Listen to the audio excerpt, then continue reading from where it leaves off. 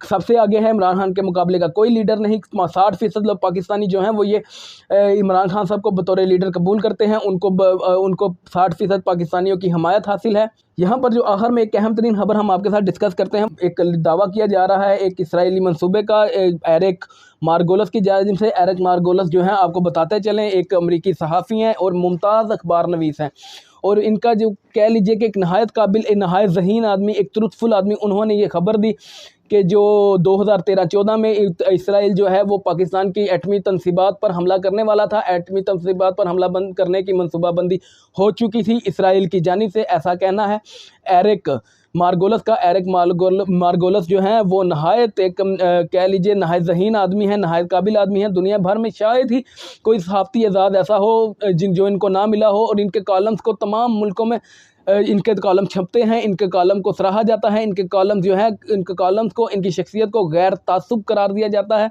इनकी जो पहचान है वो गैर तासुब शख्सियत के तौर पर है। दुनिया के तकरीबन तमाम मुल्क, शायद ही कोई ऐसा हो जहाँ पर इनका कॉलम ना छपता हो। सो उन्होंने ऐसा कहा कि इसराइल जो है वो पाकिस्तान के एटमी तनसीबात पर हमला करने वाला था 2013-14 के दरमियान। और अब भी जो अरब दुनिया के हालात नज़र आ रहे हैं इसराइल को कबूल करने की तरफ से, सऊदी अरब जो है और इसराइल को कबूल करने जा रहा है। जल्द चंद ही रोज़ में इसराइल को कबूल, शायद चंद माह में या चंद रोज़ में ऐसा मुमकिन हो सकता है, क्योंकि इस वक्त जो उनके दरमियान मामलात हैं वो काफ़ी हद तक तय पा चुके हैं। अमेरिका इस दरमियान जो है काफ़ी ताउन कर रहा है, उन दोनों को करीब लाने की कोशिशें कर रहा है। इसराइल और जो सऊदी अरब के ताल्लुकात हैं वो काफ़ी हद तक मामूलात पर आ चुके हैं। और यहाँ पर देखा ये जा रहा है कि इसराइल को सऊदी अरब किसी भी वक्त कबूल कर सकता है। और वैसे भी एक इसराइली नुमाइंदे ने जो है अपना यूनाइटेड नेशंस के अंदर ये पैगाम दिया था कि इसराइल और जो है अपना सऊदी अरब के ताल्लुकात वो किसी भी वक्त तय पा सकते हैं, बस तय पाने के करीब हैं।